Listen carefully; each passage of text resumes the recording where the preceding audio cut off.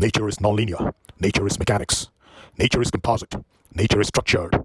In short, nature is the dance of nonlinear mechanics of composite structures. प्रकृति गैर रैखिक है, प्रकृति यांत्रिकी है, प्रकृति समग्र है, प्रकृति संरचित है। संक्षेप में प्रकृति समग्र संरचनाओं के गैर रैखिक यांत्रिकी का नृत्य है। भूमिमंगलम भूमिमंगलम उदकमंगलम उदकमंगलम अग्निमंगलम अग्निमंगलम वायुमंगलम वायुमंगलम गगनमंगलम गगनमंगलम सूर्यमंगलम सूर्यमंगलम चंद्रमंगलम चंद्रमंगलम जगतमंगलम जगतमंगलम जीवमंगलम जीवमंगलम देहमंगलम देहमंगलम मनोमंगलम मनोमंगलम आत्ममंगलम आत्ममंगलम भूमिमंगलम उदकमंगलम अग्निमंगलम वायुमंगलम गगनमंगलम सूर्यमंगलम चंद्रमंगलम जगतमंगलम जीवमंगलम देहमंगलम मनोमंगलम आत्ममंगलम सर्वमंगलम भवतु भवतु भवतु सर्वमंगलम भवतु भवतु भवतु सर्वमंगलम भवतु भवतु भवतु।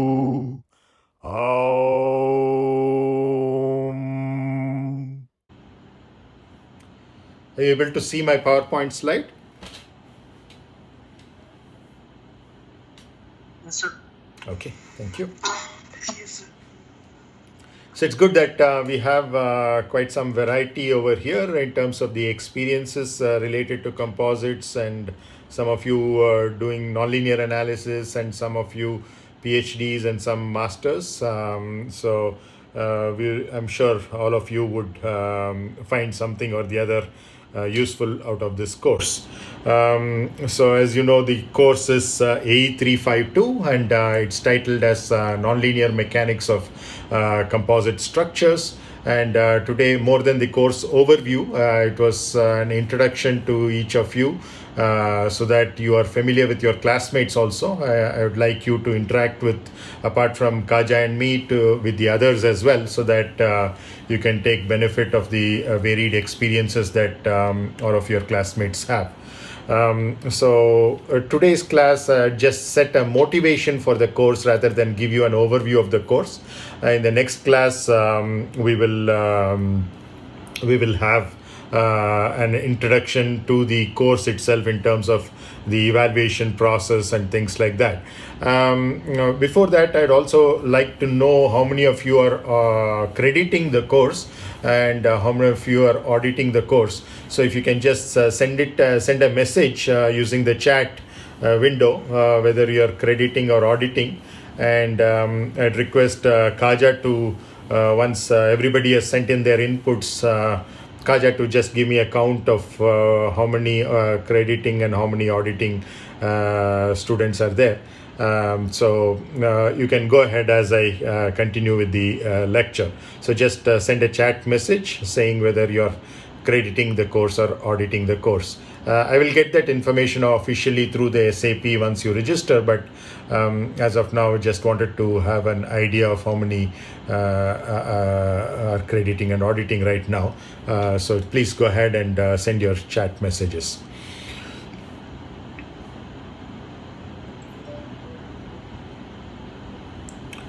Okay. So now, before we get on to the course aspects, I would like to introduce briefly our lab. Some of you are already from our lab, so you're aware of this. Those of you who are not, this is just an introduction so that you're aware where this comes from, because we have loaded a lot of things into this course, which is basically research done at our lab by our past students, our alumni, and therefore it's essential for you to kind of understand where the content of the course actually comes from. So most of it is research based. As you know, this is a 300 level course, 352, which means that it has certain prerequisites, and which I had listed earlier as an exposure to composites. I heard some of you say that you don't have an exposure to composites, very few of you. But if you can take the AE252 course, which Dr. Narayan Nayak is offering simultaneously, it's same as this course except for the first digit. Instead of 3, it is 2.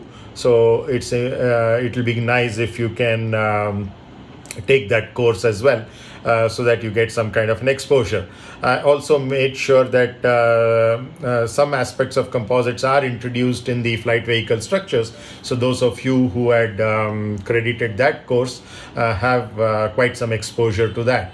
I also gave certain basic aspects of the variational asymptotic method, more in terms of a summary of how you could use it, especially for those who are no longer going to be associated with with us, so that they have an idea of what it is and how to utilize it, even without having to know all the derivations.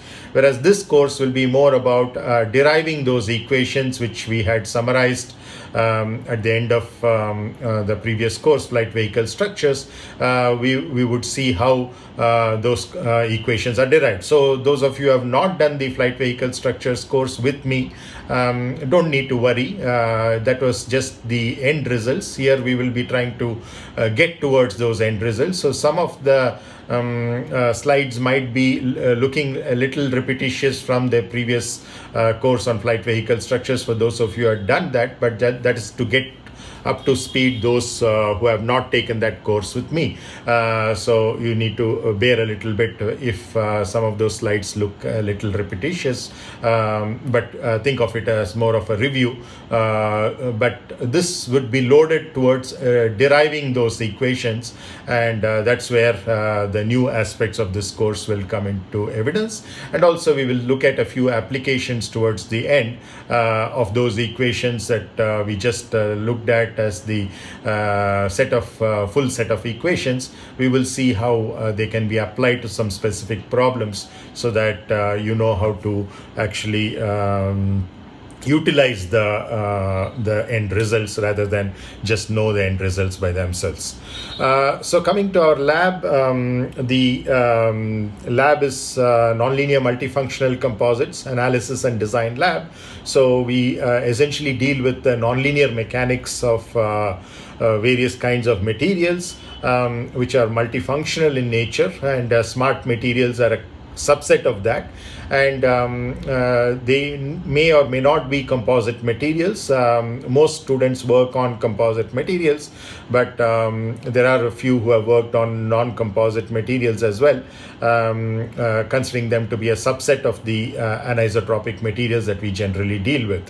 So as far as the nonlinear mechanics is concerned, we deal with smart composite beams, which are structures where one dimension is very large compared to the other two dimensions, with smart composite shells where one dimension is small compared to the other two dimensions, with sandwich structures where you have multiple layers, just like in a laminate, composite laminate, but just that the middle layer, the interior layer, is much thicker. It's in the form of a honeycomb construction or a foam, which primarily offers the shear properties, shear strength and shear stiffness, whereas the outer layers are what are known as face sheets, which offer the tensile and compressive properties, which are essential for bending as well.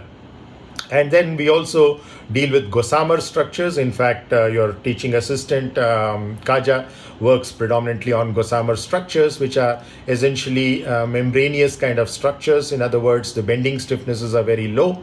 These are thin structures which could be hyperelastic in nature. In other words, they go to much larger strains than your typical conventional aerospace materials before they fail.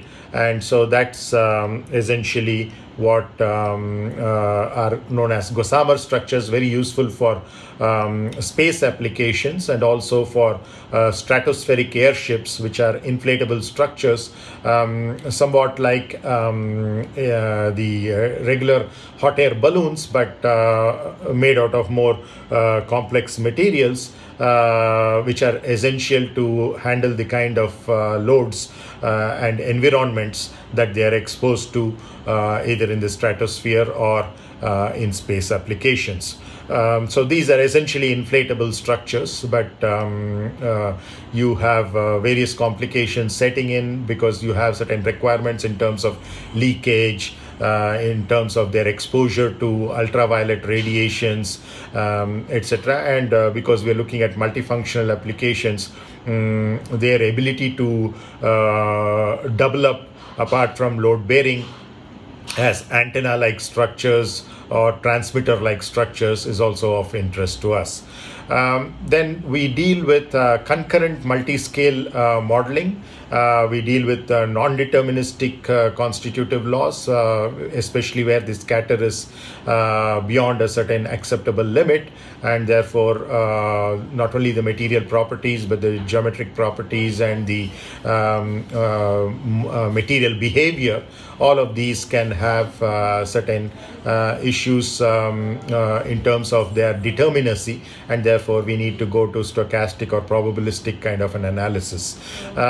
So that's as far as the material behavior itself is concerned, and therefore the constitutive modeling of these multifunctional materials, not only between stress and strain like what we looked at in the flight vehicle structures course, but also the multifunctionality could bring in a coupling between the mechanical behavior with the electrical behavior, with the thermal behavior, with the relationship with the hygro, which is basically association with the moisture content in the environment and the exposure of the materials or structures to that, with magnetic materials and so on and so forth.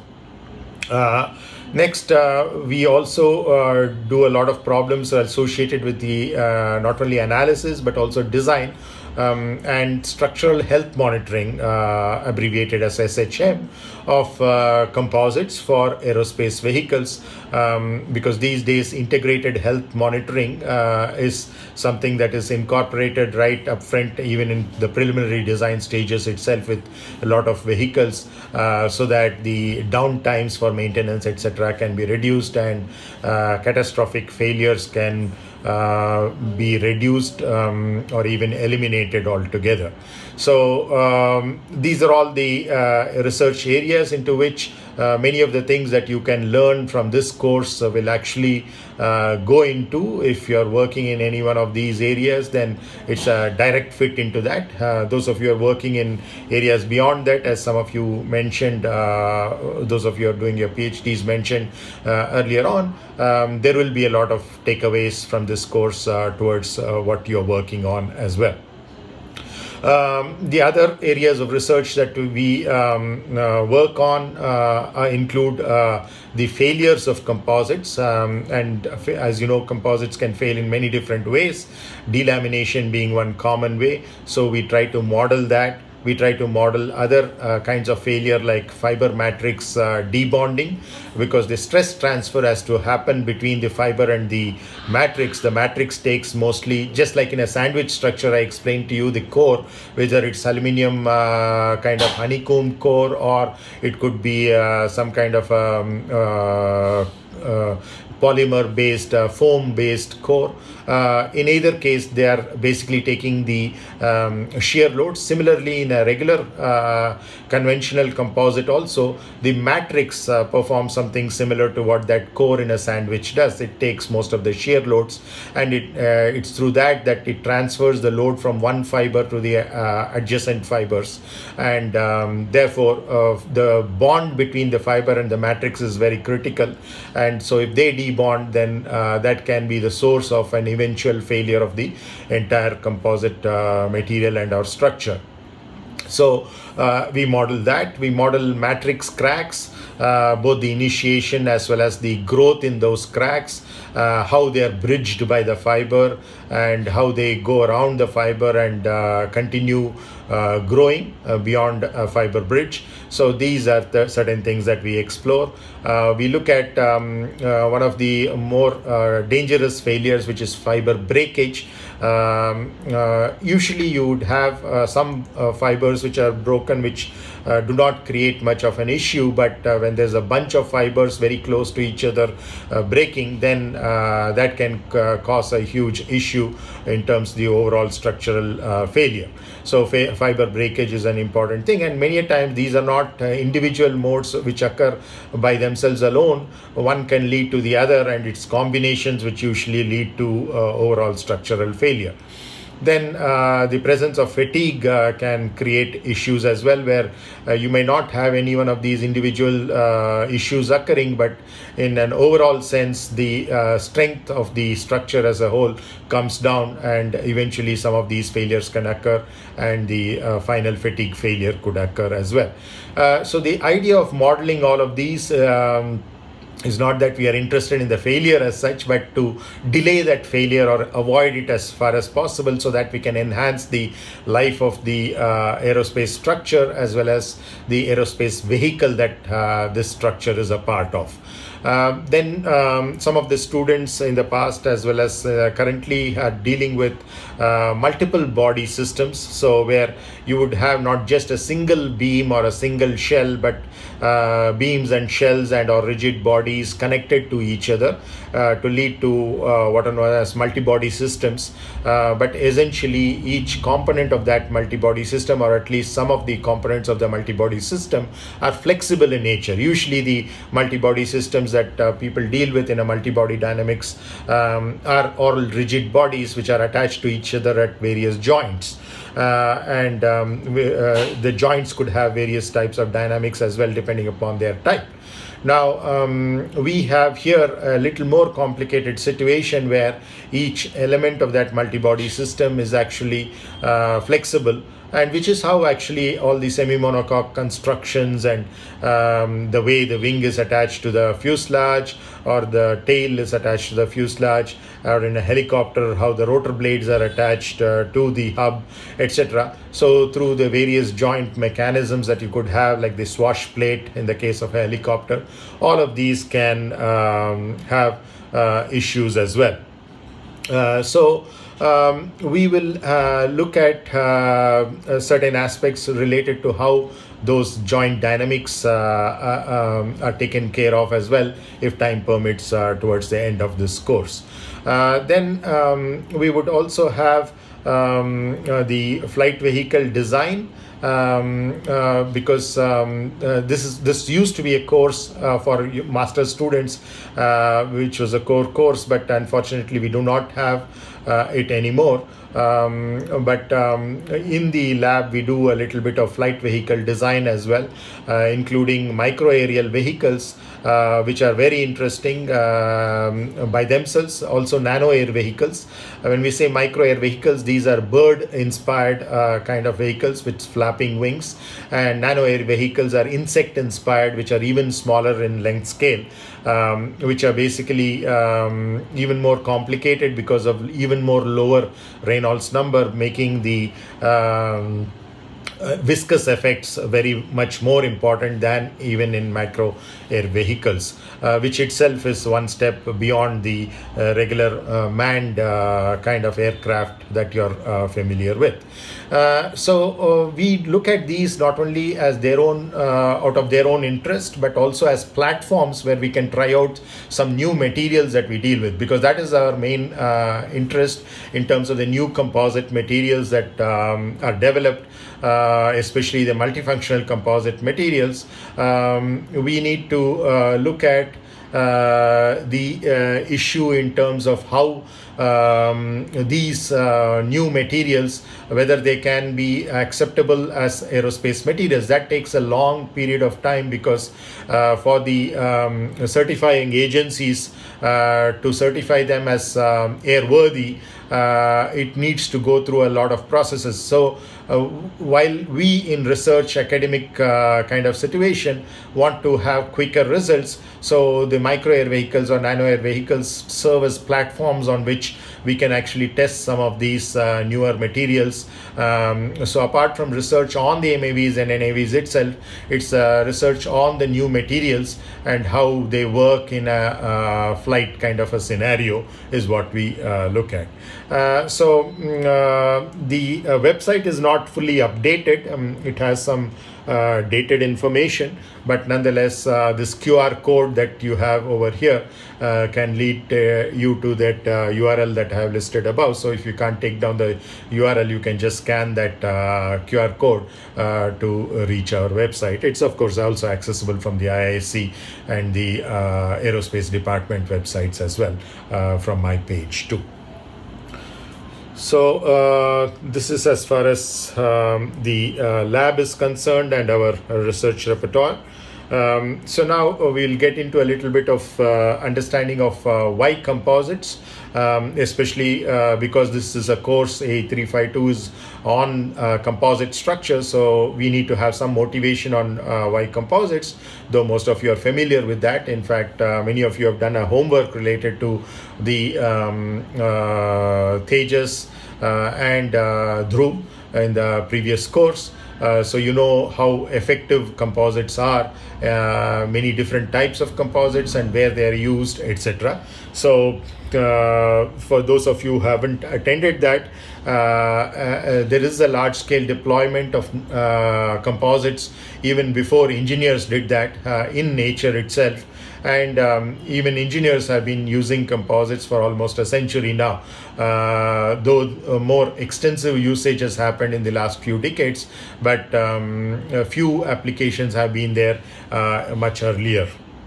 So the natural composites, there are many of them. In fact, most natural materials are in the form of composites because nature has evolved over many millennia, and it has tried to choose materials which are most effective for various tissues, cells, organs, etc.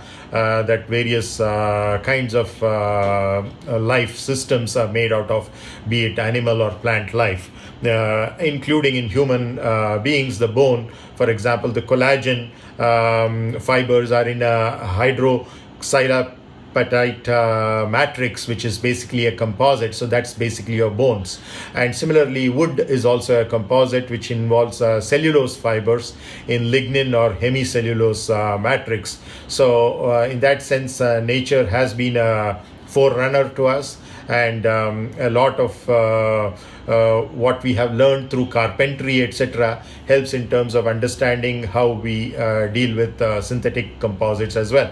Though in many situations we have probably gone in certain directions farther than what nature has done, but there are certain things in which we haven't been able to replicate nature even as of today.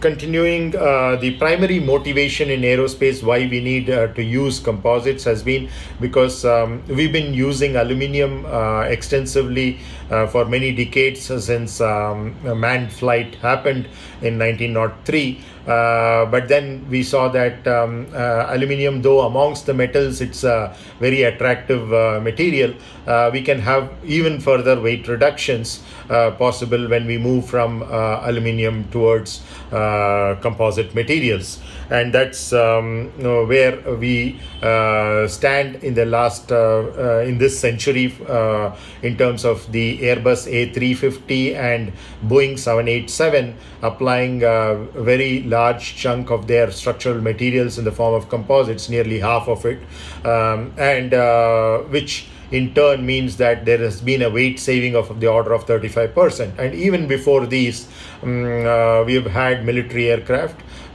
which have utilized composites to a large extent. Helicopters have been pioneers in the utilization of composites as well, even before fixed wing aircraft. The composite structural technology has been constantly evolving as newer materials have been evolving, newer ways of analyzing them, newer ways of manufacturing them, newer ways of working with them in terms of machining, joining, etc. So all of these different aspects of the composite structures have been constantly evolving. We will not be able to go into many of those aspects beyond the scope of this course. This is more of a modeling course, as the very term nonlinear mechanics suggests. So we will touch upon a few aspects which are modeling related here and there as and when it is relevant, but most of this course would be about the modeling, and there also the composite structures technology has continuously evolved and it continues to evolve, and there's a lot more to be done in the future as well, which is the reason why many of you have PhD problems related to this. Those of you who are doing your masters are doing or will do projects related to this in terms of moving forward the knowledge systems from the kind of understanding we have today to something that is even more capable. Which means that this whole evolution process requires us to characterize the material in the first place before we analyze the structure itself, and that's where we need to do this characterization as rigorously as possible. In other words, we need to replicate what is observed in experiments or in an actual flight test as closely as possible using mathematical techniques and or computational techniques. So this characterization usually in terms of determining the material properties like strengths and stiffnesses in various directions, because composites being anisotropic, these are direction dependent.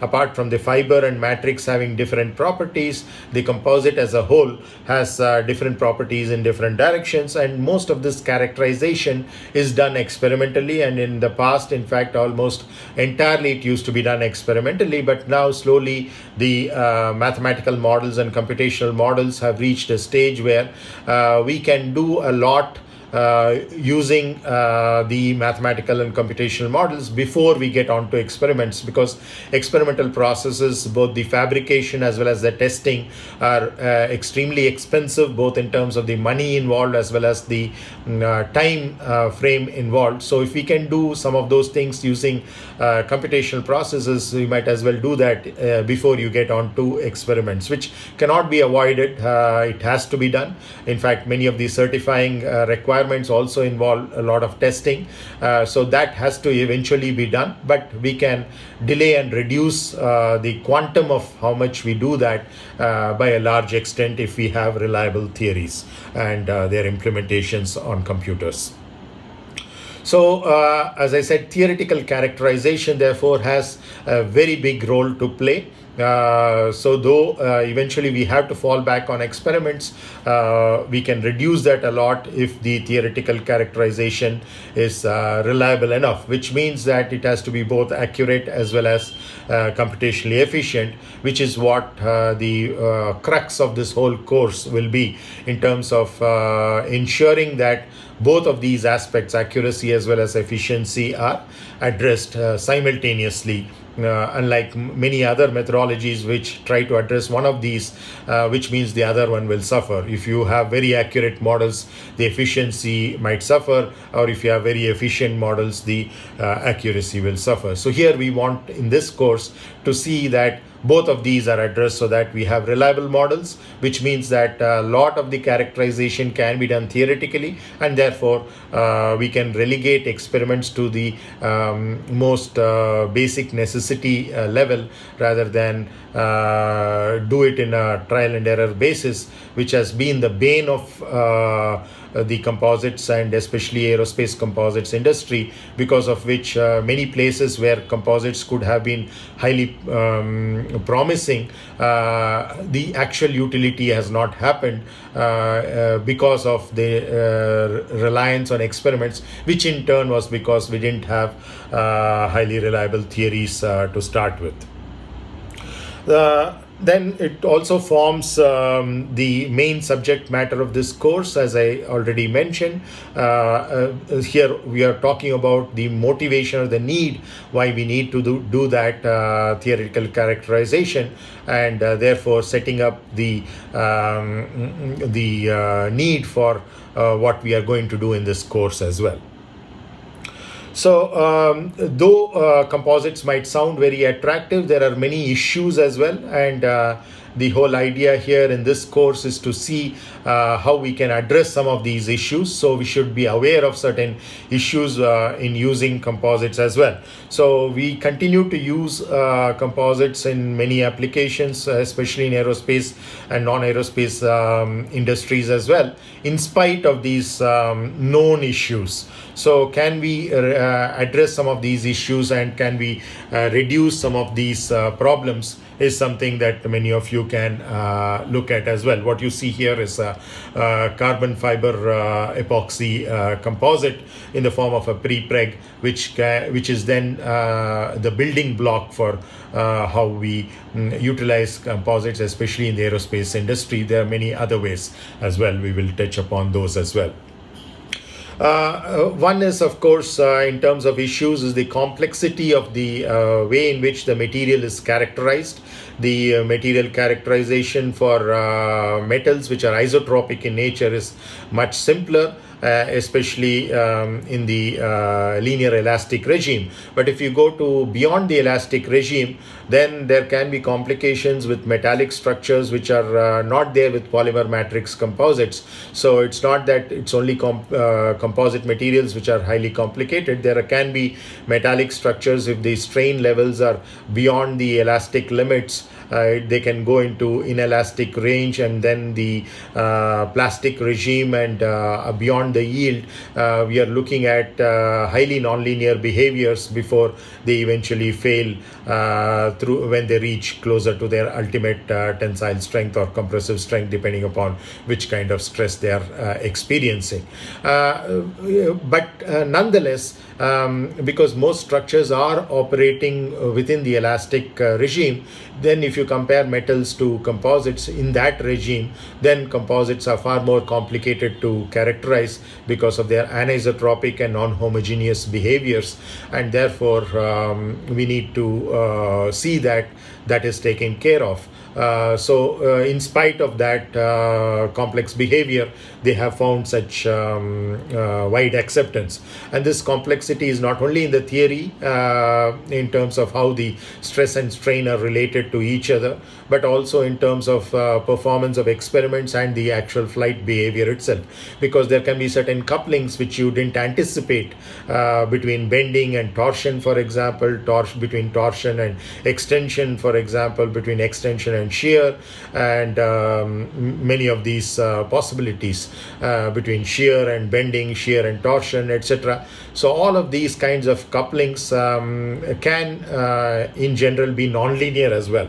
So even linear couplings are sometimes difficult to deal with, both in experiments as well as theory. Once you have nonlinearity setting in, those stress-strain relationships are no longer linear, and the couplings are also not linear. In other words, the stiffness matrix starts depending upon the various strains, they be the axial strain or the shear strain or the bending strains, etc., and the torsional strains, etc. And therefore the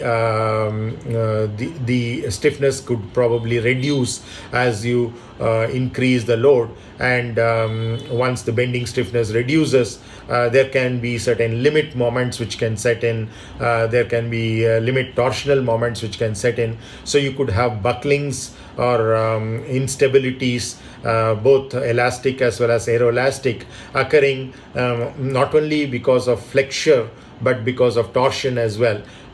So there can be torsional buckling as much as flexural buckling, and how it operates beyond the instability, etc. So these are all things that the material characterization will involve, not only before failure but beyond failures, like geometric failures like instabilities as well.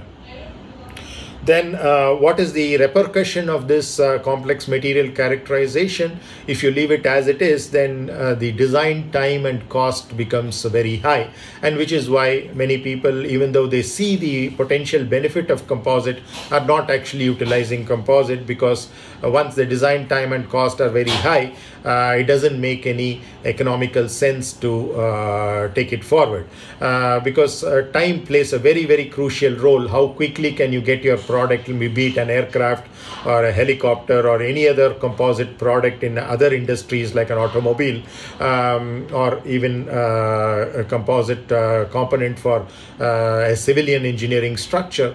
If you can't get it quickly enough, then you might have lost your market. So it's very important to for us engineers to pay attention to these seemingly non-engineering aspects, because be it economic costs or the duration in which a product is developed and taken to the market, both of these in terms of issues can completely avoid people using composites. And if you need to have them use the composites, you have to offer engineering solutions. The problem might look like an economic problem, or a market problem in terms of the time to market, but the solution more often than not is an engineering solution to solve those problems. So unless and until we understand the market issues and the economic issues, we cannot address from the engineering perspective. So at least some basic understanding of that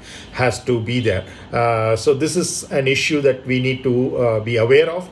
The second issue is the susceptibility to impact. Unlike metallic structures, composite structures, especially polymer matrix composites, because there can be metal matrix composites also, where we have a lot of learning coming from the conventional metallic structures. And then you could have the ceramic matrix composites or carbon-carbon composites, etc.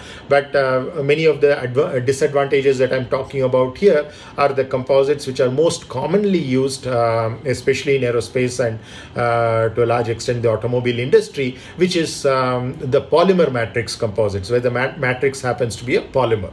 So there is a possibility of impact damage being much more than in the case of a metallic structure.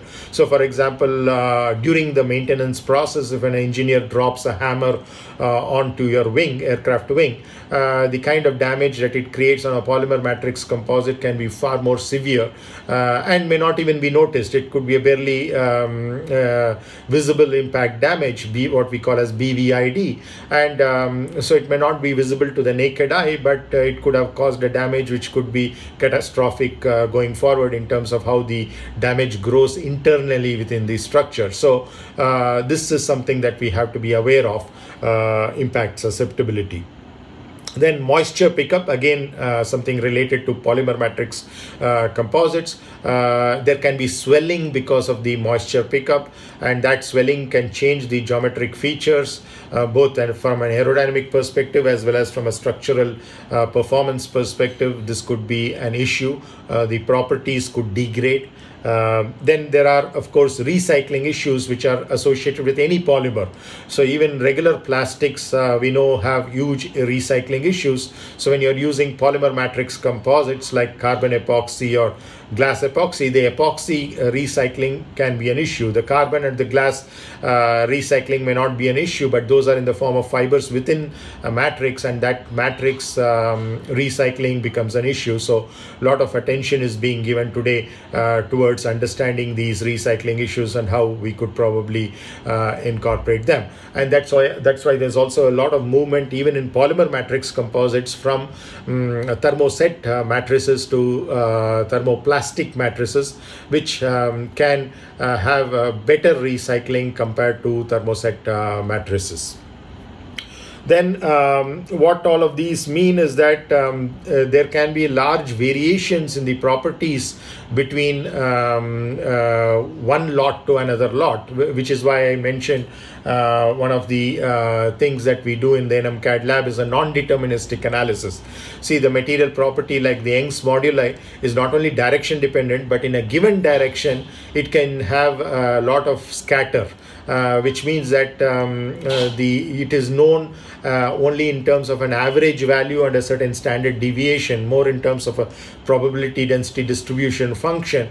And therefore, how do you deal with the stochastics of this, the probabilistic analysis of not only the material behavior, but the probabilistic analysis of the failure, etc.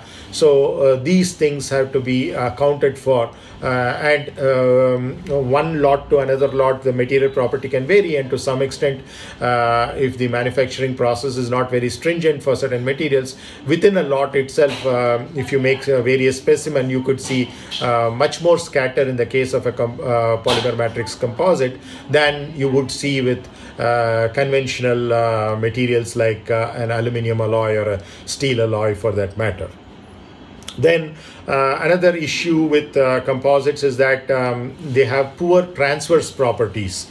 So if you take just a unidirectional composite, all the fibers are in a particular direction, then the strength and stiffness are very good parallel to the fiber, but it's very poor perpendicular to the fiber, because the matrix becomes the weak link in the chain. The fiber cannot offer much strength or stiffness in the transverse direction, and therefore you have poor transverse properties. Similarly, the fiber is very good in tension, but it's not good in compression, which is why you have the matrix in the first place, one of the reasons why you have the matrix. But then it also has very poor shear properties by itself.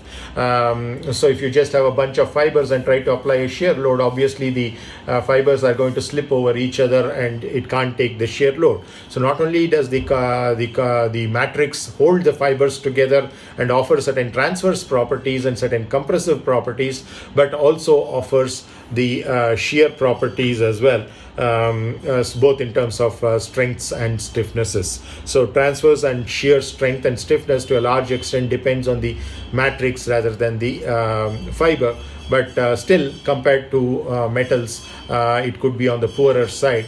And how you deal with that is typically by going for a laminate design rather than a lamina. In other words, you do not have usually unidirectional composites for most applications. You will have multiple layers, and different layers will have fibers oriented in different directions, so that the simplest situation would be a cross-ply laminate where you have 0-degree plies and also 90-degree plies, that is at 90 degrees with respect to the structural axis. Let's say this is the vertical direction, here is the structural axis, and so therefore these fibers in one layer are making 0 degrees with respect to that structural axis direction, and then you have another layer or lamina in which the fibers are at 90 degrees to that, which means that it is going to offer tensile strength in the 90-degree direction, tensile stiffness in the 90-degree direction, which is actually in this with respect to the structural direction,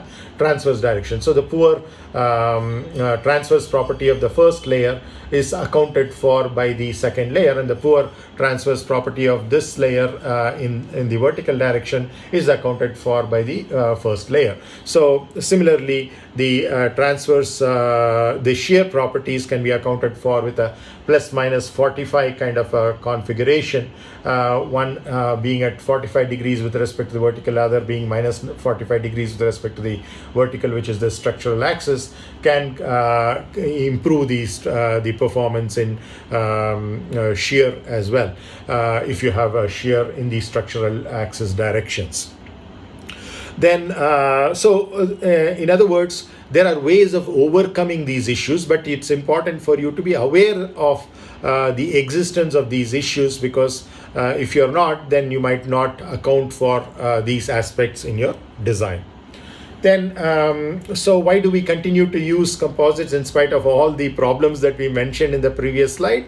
Well, the first and most important aspect that many of you saw in the flight vehicle structures course, if you had taken it with me, that it has outstanding specific properties. What is important in an aerospace application is not the actual absolute values of the strengths and the stiffnesses, but those which are weighted with respect to the density of the material, because even though a particular material might have very high strengths and stiffnesses, we still can't use it if its density is very large, which means that the weight penalty in terms of taking it on an aircraft will be very large, and the aircraft may not even take off, leave alone fly. So it's very important that we look at specific properties, and in the previous course on flight vehicle structures, which some of you took, we derived some of these relationships, sigma u by rho, which is the specific strength, the ultimate tensile strength, divided by the mass density of the material, that is in kilogram per meter cube, and which is the specific strength as opposed to the absolute strength that sigma u is. So that is more critical. Similarly, for dynamic stiffness, we look at square root of E by rho, and for static stiffness, we look at just E by rho, and then the performance index in stability, in particular the ability to avoid buckling or delay buckling, is indicated by a very high value of E by rho cube. That is the Young's modulus in the direction in which you might experience compressive stresses. So the compressive Young's modulus in that direction divided by the density cube, the mass density cube of the material, is what indicates a particular material in terms of how suitable it is for an aerospace application. So in terms of if you compare composites, typical composites which are used in the aerospace industry with metals which are used in the industry, these three properties are usually much better, especially the last two, that is E by rho square root, or with or without the square root, and the E by rho cube are much higher for composites compared to what it is for aluminum alloys, titanium alloys, steel alloys, which are also used extensively in the aerospace industry for certain other reasons.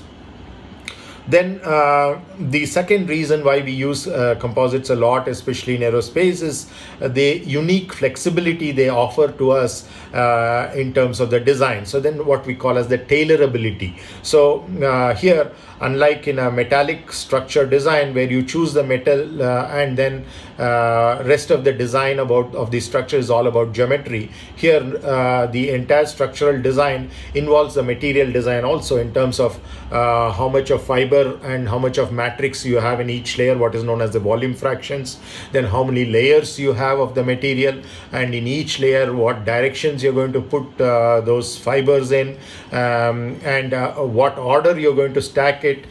You might have the same set of theta 1 to theta n, but if you jumble them up, the very behavior can change completely, and therefore in what order you're going to put them, etc. So all of these material design aspects also go hand in hand with the structural design, whereas in metallic structure design, these are two separate things: the material choice and the how the structure is designed, so once the material is chosen.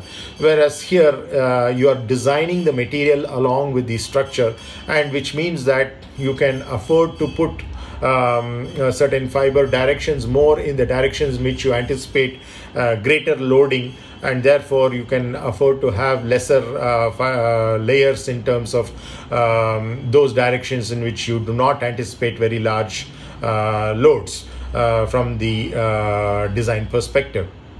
So therefore you can tailor the whole material design with respect to the overall structural design, and that flexibility makes composites much more attractive than metals purely from this aspect. Next, in terms of the availability of the material in various form factors, though in the aerospace industry we predominantly use them as prepregs, there are many other ways in which these can be available.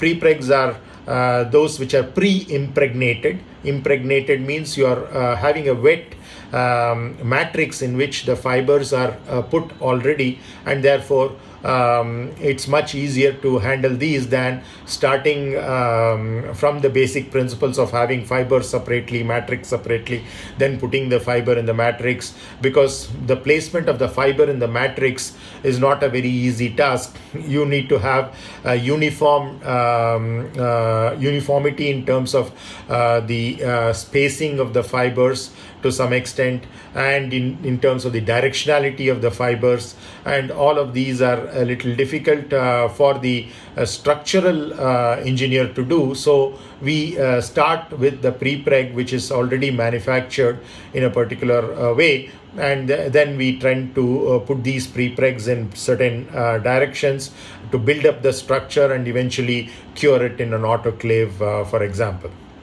Of course, there are many other ways of manufacturing as well, many of which were covered in the flight vehicle structures course. So the pre-preg has typically longer fibers compared to the other kinds of availability of composites. And very interestingly, when we say long fibers, we mean anything which is more than 10 millimeters. We consider it as long fiber.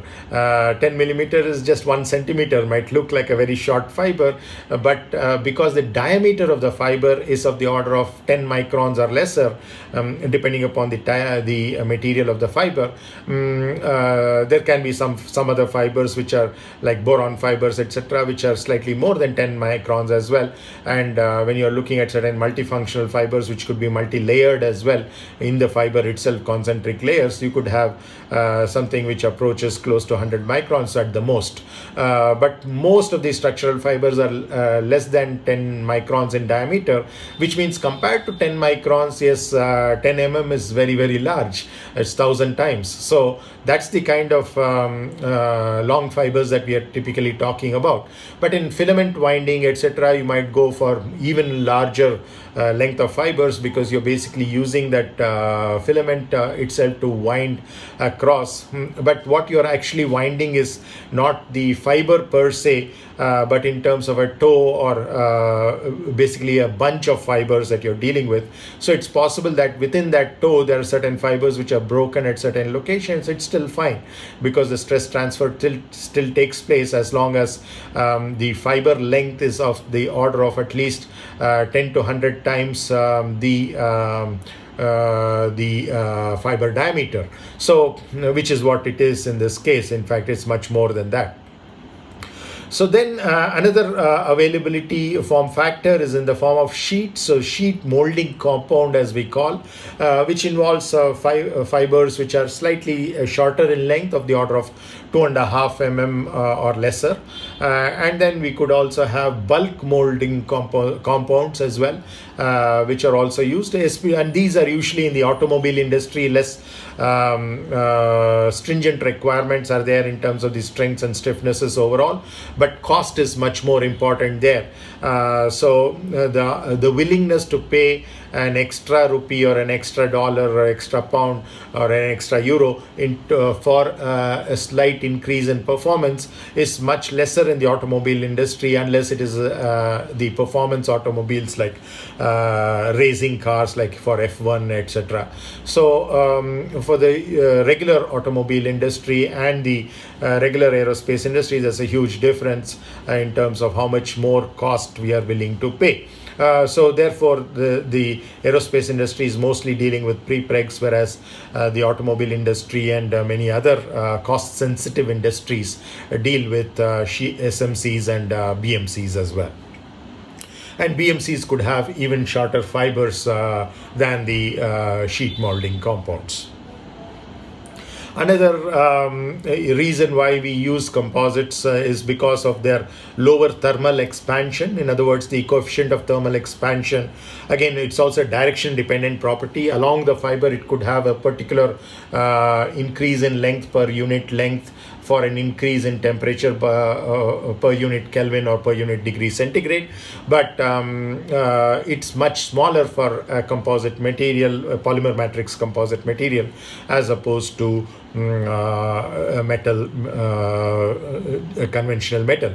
But of course, for metal matrix composites, which are also composites, you could have values which are somewhat similar to what metals themselves have. Of course, they're modified by what type of fiber you have inside. But since we unless otherwise mentioned in this course, when we say composite, we would be referring to polymer matrix composites. But many of the things that we derive are applicable to metal matrix and ceramic matrix or carbon matrix composites, which are used at higher temperature higher temperature applications especially. So huge advantage we have if thermal expansion coefficients are lower, because the geometric stability is maintained to a large extent, and therefore the aerodynamic stability is also maintained to a large extent. So from many different perspectives, this actually helps. And of course, polymers are the thermal conductivity is also much lesser compared to metals, and therefore that might be an advantage as well. then the very fact that this is a polymer matrix means that the material damping is much larger, which means that the vibrations can damp out much more quickly in a composite wing, like let's say the Airbus A350 wing. If I set it into a vibration, this will reduce much more quickly as opposed to any other conventional composite, like in an A330, for example, which is made out of metallic alloys. The vibration might continue for much longer, the same level of vibrations that you had initiated. So these are things that are kind of might look like fringe advantages or secondary advantages, but in many applications they can become very, very important indeed. And therefore, we need to take into consideration these as well, especially in structures which are subjected to dynamic loads and which may therefore undergo either vibration or impact or fatigue and things like that. Then it also has a superior resistance. Polymer matrix composites in particular, but composites in general, have superior resistance to various aspects. One is in terms of corrosion, especially if it's a polymer matrix composite. Then unlike metals, it doesn't require certain coatings and certain surface preparations that are required for metallic structures, because they by themselves they are good at corrosion resistance, whereas they're not so good at impact, as we saw in the previous slide. But corrosion resistance is good. And also we're talking about corrosion, we talk of various types of corrosion like galvanic corrosion, etc. as well. The resistance to fatigue is very good, and one of the reasons is of course the superior material damping, but there are other reasons why the fatigue resistance is much better in a composite. Then the damage resistance, again, because there's not one type of damage, many different types of damage, and one damage can actually lead to the other, but nonetheless there are ways in which some of these damages could be bridged as well. So as I was explaining earlier, if there is a crack in the matrix, as the matrix crack grows in size, it encounters a fiber which is much stiffer and stronger, and therefore it cannot crack the fiber because of its strength, and therefore it has to go around the fiber in terms of debonding the fiber matrix interface, or it has to go into the matrix around the fiber, continuing as a matrix crack itself, both of which are much more difficult and require more energy than the fiber, if it was only matrix and the fiber was growing there, which is what is the case with just a metallic structure. If there is a crack, then there's no bridge of a higher stiffness material which is trying to delay that crack growth. So therefore, you would have a superior performance of a composite material in resisting damage as well. So one is of course the slow crack growth, as I just mentioned, but also because its fracture toughness in general is larger. Of course, here we are talking about situations in a very generic fashion. There can be many cases where the metal is much better because it yields, and then it has almost a plastic regime for a very large value of strain before the ultimate failure occurs, which means that the area under the stress strain curve, which is what your fracture toughness essentially is, can be very large over there too. So we need to take it on a case by case basis, but in many situations it's observed that the polymer matrix composite can have very large fracture toughness just because of a very large failure strength in the absolute sense to start with. Then we also have the other tailorability, not only with respect to the mechanical performance, but with respect to the electrical performance and the heat resistance in terms of conductivities, etc. Though they also became design parameters that you can play around with by having different volume fractions of the fiber and the matrix. You can have hybrid composites where you have different layers made out of different materials. For example, the Dhruv or the Advanced Light Helicopter has a tail rotor flex beam, which involves both carbon fiber epoxy as well as glass fiber epoxy. And therefore, you can probably tailor certain, not only the mechanical behavior, but also the electrical behavior and the heat resistance behaviors to the desired kind of behavior if you can appropriately use the various kinds of materials that are encountered over here. And the directions of the fibers can also have an implication in terms of the heat and electrical resistance as well. We will conclude with this slide where I leave you with some food for thought from the economic aspects.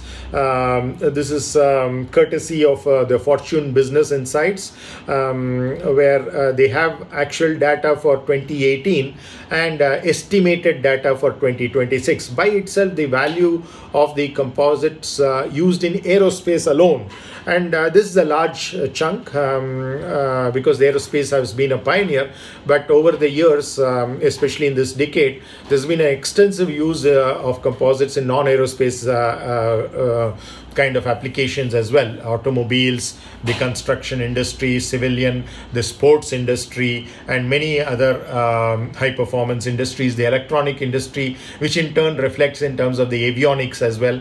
And in all of those situations, composites have various advantages, some of which we talked about, like electrical and the heat tailorability, resistance tailorability is something which can be used, for example, in making a PCB, a printed circuit board for an electronic circuit, etc. as well. So we see that you have as much as $14.66 billion market in 2018 just in aerospace as alone for composites, whereas the growth rate is also still very high. In the next 8 years or from 2018, that which is another 5 more years, the growth rate is projected to be very, very large. So which is almost doubling, as you see, in the span of about 8 years. And within that, in the aerospace industry, the carbon fiber is highly dominant. It's almost 81% of the overall market share. This is more in terms of monetary sense, not in the sense of weight or in the sense of a volume of how much quantity of the composite is used, but in terms of the cost.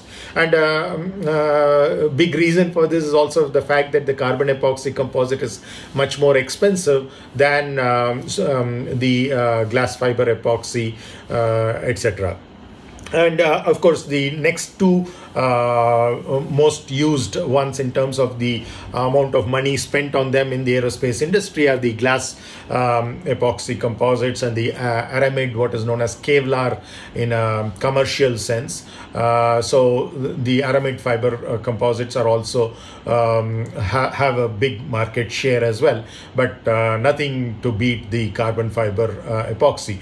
Now this is coming down, the share of carbon epoxy, for multiple reasons. One of the reasons is, of course, the utility of the other materials and the improvement in the performance of the other materials like glass fiber, aramid fiber, boron fiber, though boron fiber also has a carbon core like silicon carbide fiber as well. But nonetheless, we are basically looking at improvements in their performance, one.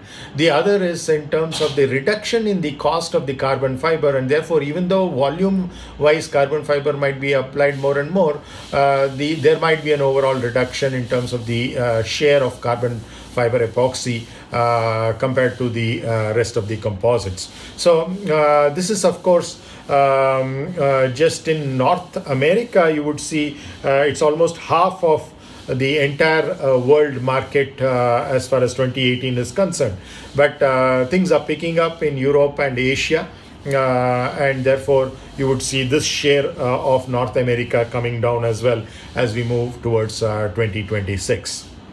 So with this, I will conclude today's class. I have not gone through your chats, the inputs. I think Khaja has been addressing some of the things that you brought out over there. but I will take a look at them, and if some issues need addressing, I will do that in the next class. But if there is something urgent in terms of the class timings and or any other urgent issues that need to be sorted out, you can feel free to unmute your microphones and share that right now with me. Thank you.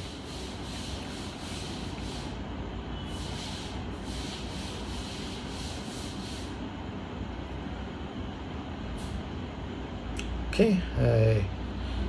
Are there anything that any of you would like to ask in terms of doubts about what we have learned today? I'd be happy to spend more time with you, while the rest can leave if they want to.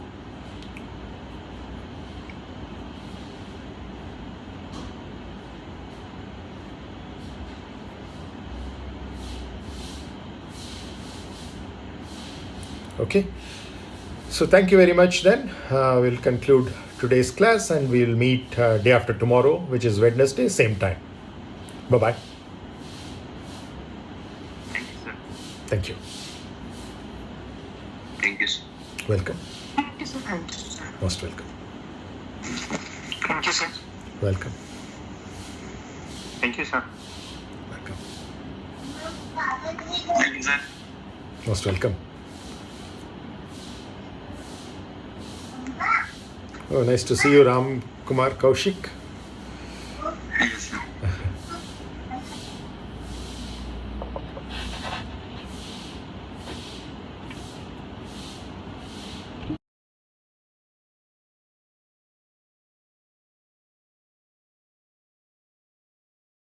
All of you to turn on your videos. I just need to see who all are there, and I think there should be quite a few familiar faces.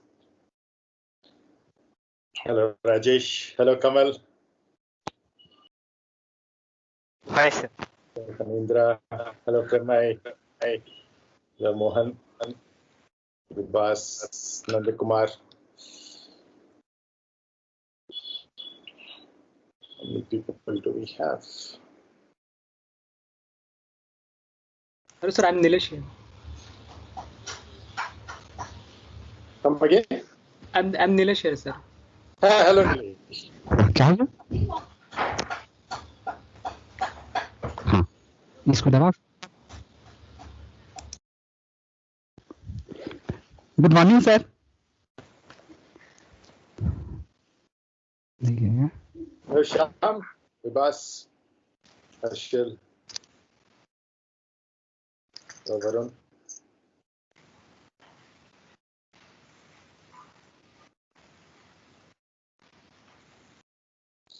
We have 21 people. It's good.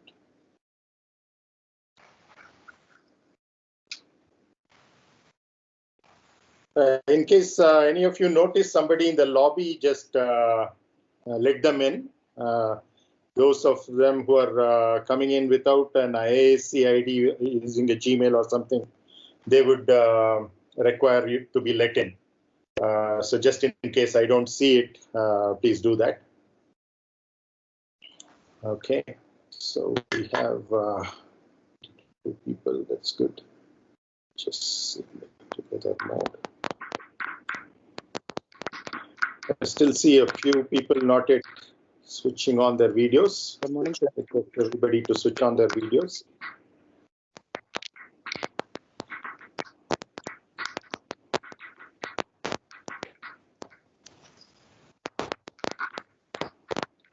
You can mute your microphones.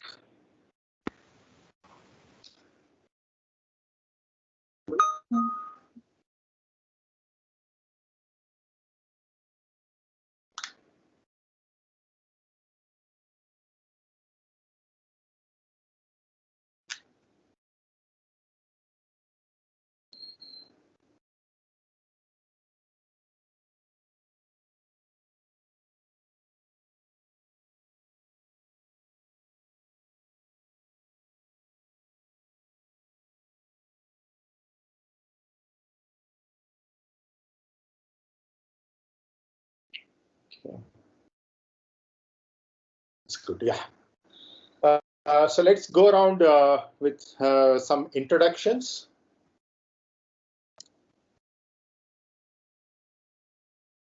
So one by one, you can unmute yourself, tell me your name. I might know most of you already, but in any case, your name, what's your background in terms of your education, and then your exposure to composites. If you have done any courses or any self-study or any project related to composites. If you have any exposure to flight vehicle structures, if you have taken a course or you have worked in the area of aerospace structures. So I'd just like you to give me those inputs so that it will be helpful in terms of tailoring this course to suit everybody. Because we have much smaller group compared to what we had last semester with flight vehicle structures, where we had about 42 students. So here I think we can do a better job in terms of catering to everybody's needs. So I just like to know all of your requirements. So if you can just go ahead and give me your backgrounds one by one, please.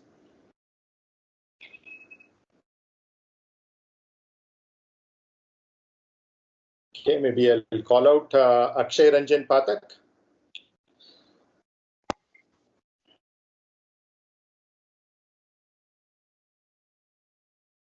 Akshay, I think you're muted, Akshay. Am I audible now, sir? Yes, go ahead, Akshay. Yeah. Good morning, everyone. I am Akshay this side. I work on long fiber composite, continuous fiber composites, polymers, and we make filament wound composite rocket motor cases here in ISRO. So I have a little bit exposure in composites, but not to the extent what you are going to teach us. And it would be helpful, sir, if we can relate the basics with the higher order like you did in the previous course. So it would be very much beneficial for me also. And that's all, sir. Sure. Yeah, thanks a lot. It's good. See, we all learn from each other, so it's nothing like hierarchy here.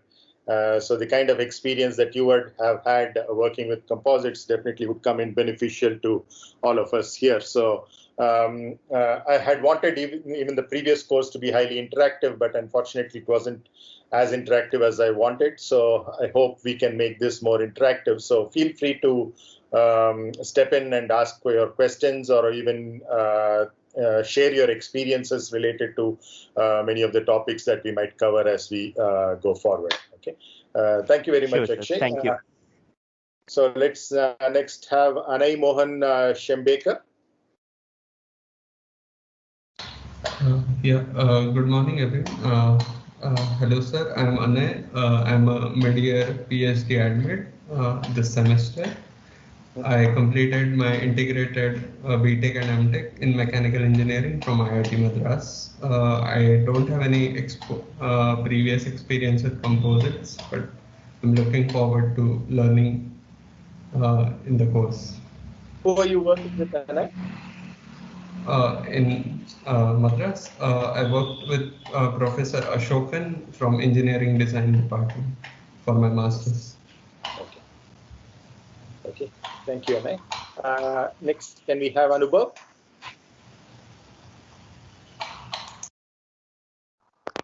Hello, I'm audible, sir. Yes, sir. Yes, go ahead, Anubhav. We can hear you. Good morning to all. My name is Anubhav Singh. So I'm doing PhD here in aerospace department. So I done a coursework in composite analysis in my MTech in here itself. So yeah, this is the second course to composite interactions. Thank you. Anubhav. Fanendra? Good morning, sir. My name is Fanindra. I have enrolled in PhD program in the last semester, and during my masters I worked on composite laminates, but this is the first time I am crediting a composite laminate course. So I am looking forward to learn more things in this course, sir. Thank you, Fanindra. Thank you, sir. Vibhas Paul. Hello, sir. I myself Bibhas Pal. I am PhD student, PhD student in civil structural engineering. Okay, this is my third year, and the course on composite is completely new to me. But the course, the name of the course, this course, that nonlinear analysis, that attracted me to join this course because this nonlinear analysis has huge application in civil structures. So I wanted to learn the various aspects of nonlinear analysis, geometric nonlinearity, how to tackle with maybe material nonlinearity, and I hope to also interested to learn the composites also. So this is all about my background. I did my BTech from Jadavpur University and completed my Masters MTech from IIT Kanpur in structural engineering. How long did you say you are here in IISc, Bibas? This is my third year. Third year. I have completed my comprehensive exam. I see. Oh. Thank you, Bibas. So Chetna, next. Good morning, sir. My name is Chetna Srivastava. I have done my BTech in civil engineering from NIT Nagpur. I do not have any direct experience with dealing with problems in composites, but previously I have had exposure to AE 204 flight vehicle structures course. I'm looking forward to learn more about aircraft structures. Thank you. Okay. Thank you, Chetna. Next, can we have Chinta Varun Sai Reddy? Yes, sir. I'm Varun Sai. I'm currently pursuing MTech Aerospace second year in NMCAD lab, and I actually had exposure with composite course that was offered by Professor Narayan Naik, sir. I've done some part of nonlinear mechanics for my project, but I want to know about a BAM, so I'm taking this. Right. Okay, thank you, Chinta Varun. Next, can we have Harshil? Go ahead, Harshil Bhupendra Bhai. Yeah, good morning, sir. Good morning, all of you. I did my BTech from Parul University and in the field of aeronautical engineering. So means I have a little bit experience with composites. I took my major project in BTech design of VTOL RC aircraft, where I use kind of sandwich structure. So I have some practical aspect, and in previous semester I took AE204 applied vehicle structure, so I have some exposure to that. Thank you very much, Harshil. Next, can we have Harish HM? Hi, sir. I am Harish. I did BE in Dayanand Sagar College, Bangalore. I have a little bit experience of. I have a little bit into the composites in AE204, and I am new to this subject. Okay. Thanks, Harish. Then next is Harshit Kumar.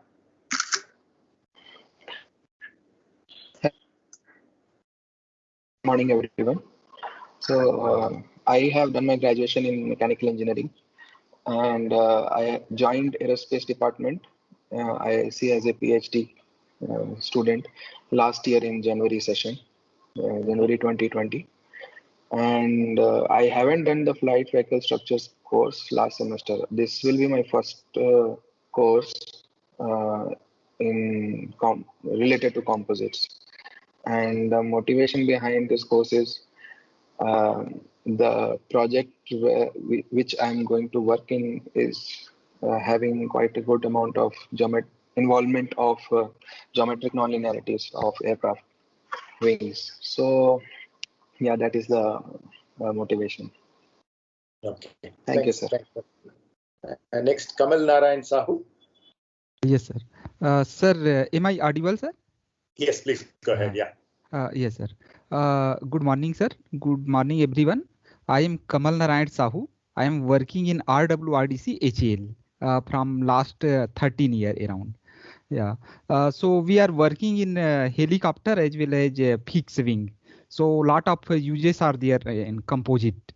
So this course linearity I have read I have exposure of linear analysis of composite, but non-linearity I don't know. So that is my expectation. I want to learn a non-linearity in composite, and after that, second thing is WAM. This is my main attraction of this course. I want to learn. So I hope I will get a lot of exposure with this. I am doing PhD under sir only. That's all. Yes, Kamal. Yeah, thank you. Thank you.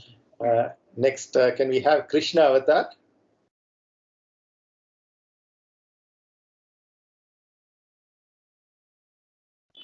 Krishna Avatar GR.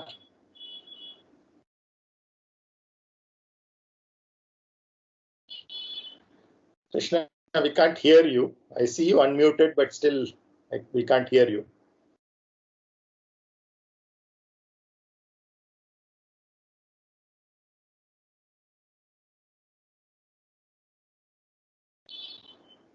Okay, we'll come back to Krishna later.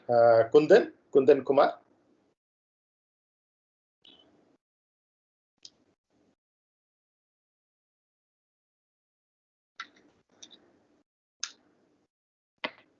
Kundan, are you there? You have to unmute.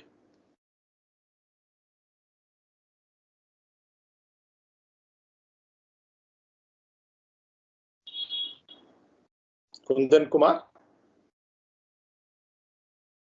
Is anybody else able to hear them? No, right? No, sir. Okay, next can we have Mane Lakshmikant Sajjera?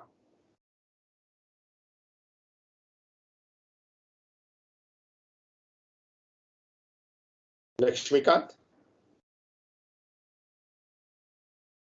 You're muted.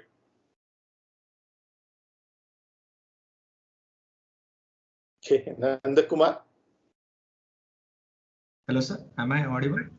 Yes, go ahead, Nandakumar. Yes. Good morning, sir, and good morning, everyone. I am Nandakumar. Actually, I had previously credited flight vehicle structures offered by sir only. This semester, previously I don't have any exposure to composite to the field of composite except for the coursework which previously I had gone through. This semester, since I have a project named structural response of structural response of nanostructures. So I think WAM methodology is a useful tool to tackle such problems. So I am crediting this course, sir. Thank you. Thank you, Nandakumar. Nilesh Shagan Bagale. Good morning, sir. Good morning, everyone. Myself Nilesh Bagale, and I have recently joined in this semester only for my PhD in aerospace engineering, and I have just finished my MTech research from the same department. I was working in the non-destructive techniques and evaluation lab with Dr. M.R. Bhatt, and I was working with I was working in the area of composites and NDT. So I have exposure of analysis and design of composite structures and flight vehicle structures. I studied in the MTech research. So this is I want to learn. I want to gain my expertise from linear to non-linearity. So that's why I'm attending this lecture. Thank you very much, Nilesh. It's good variety to have somebody from the NDT background as well. Premay Bhattpari. Good morning, sir, and good morning to all.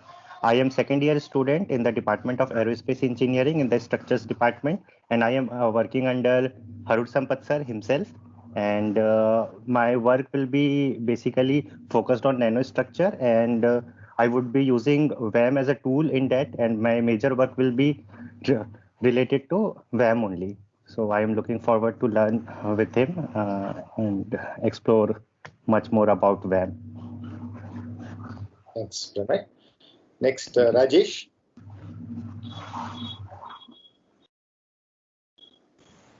Hello. Yes. Hello, Rajesh. We can hear you. Yeah, I'm Rajesh, third year PhD student working in NMCAD lab. My area of work is damage modeling of composite structures using machine learning techniques. And as of now, I didn't have any taken any course in composites. I've just gone through NPTEL lectures and all.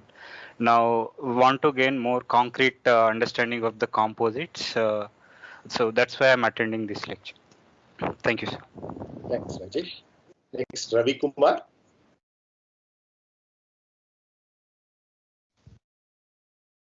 Hello. Hello, Ravi. Yes, sir. Good morning, sir. I am Ravi Kumar, and I have joined recently in PhD. I have done my MTech in from NIT Patna in mechanical design, and my project there on materials behavior, which I have Ravi, done can you the. repeat that? We lost the topic of Hello, your sir. masters.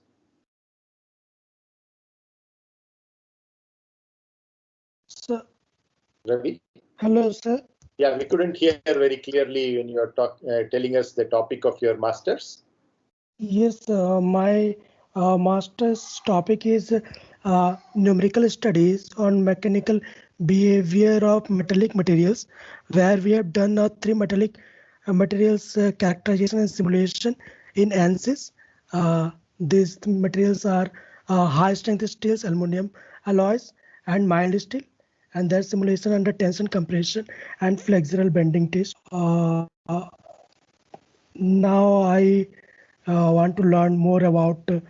I have gone through some basic course on composite, so now I want to learn more on this. Okay. Thank you, Ravi. Next, can we have Renuka Sahu? Good morning, sir. Good morning, everyone. I'm a PhD student under Dinesh sir, and I'm in 3rd year. I have done composite course given by Narayan Naik sir during my 1st year, and this course is very important to me as my whole project depends on is on VAM only. So currently I'm working on CNT composites, and I'm trying to learn more about VAM, and I'm looking forward to this course as it will definitely help me gain more insights on VAM. Thank you, sir. Thank you, Renuka. Shyam? Good morning, sir. Am I audible? Yes. Sir, I'm BTech. I finished my BTech from Shastra University in Aerospace Engineering. I'm currently doing MTech in IISc, and I had taken your course in the last semester. And regarding my experience with composite, like in my BTech project, I had to manufacture composite plates using vacuum injection method. And I mostly stuck to practical part of it. I don't know much about the theoretical part other than the stuffs we learned in the last semester. So I'd like to learn about nonlinear mechanics and also learn about VAM. Sure, Shyam. Welcome back. Subhashish Sarkar?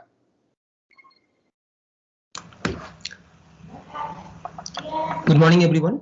I'm Subhashish Sarkar. I'm doing a PhD in NMCAT lab under Dinesh sir, and I don't have any background of composites, but recently I have gone through a NPTEL course on composites. So I have now a basic understanding of composites and how the linear analysis is done. And my project is also based on auxetic composites. And so lots of nonlinearity is I have to go through. So I'm actually looking forward to learn all the nonlinear concepts from this course, and also looking forward to learning VAM. So that's what I want. Thank you. Thanks, Subhashish. Next, we had missed a few. Mani Lakshmikant Sajera, are you here now? Lakshmikant? Okay, Kundan Kumar?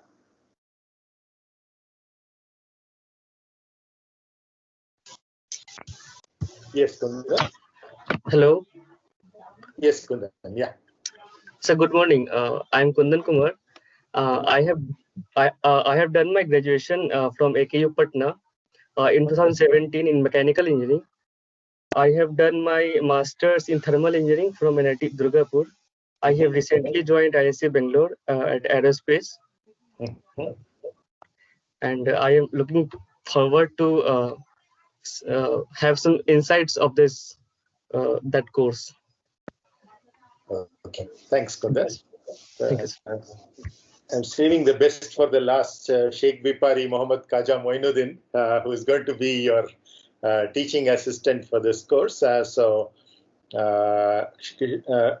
I've left out anybody else, just feel free to unmute and introduce yourself before Khaja does. Anybody else whom we missed out? Okay. Lakshmikant, you're still not there. Okay, fine. Please go ahead, Khaja.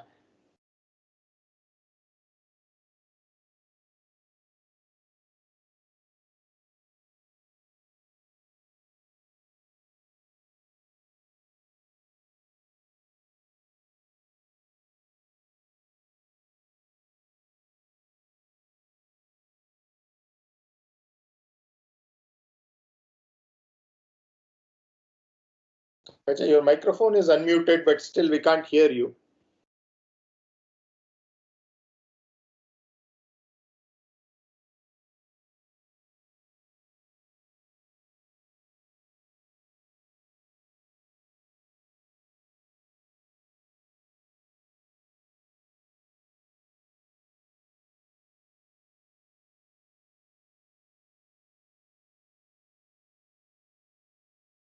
I guess there's some issue.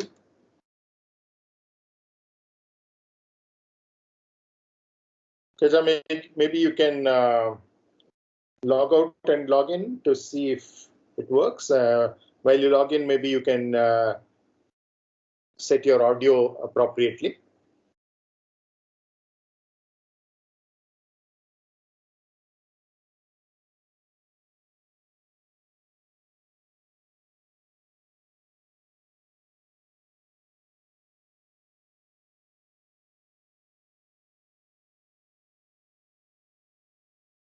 Yes, Khaja, can you try now?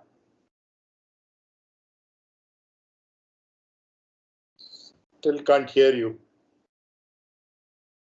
Okay, anyway, we'll probably have an introduction to you later. So Khaja is a PhD student at NMCAD Lab, and as I said, he'll be your teaching associate because he's been working in the variational asymptotic method, so he has quite some experience in that, and hopefully interactions with him would help many of you as well.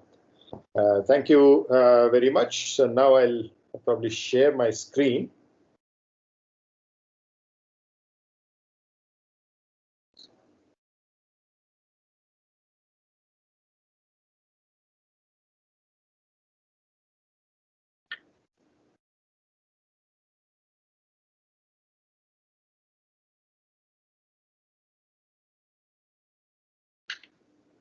Mrityunjay मंत्राः त्र्यंबकं यजामहे सुगंधिं पुष्टिवर्धनम् उर्वारुकमिव बन्धनान् मृत्योर्मुक्षीयमामृतात् ये ते सहस्रमयुतं पाशा मृत्योर्मर्त्याय हन्तवे तान् यज्ञस्य मायया सर्वान् वयजामहे मृत्यवे स्वाहा मृत्यवे स्वाहा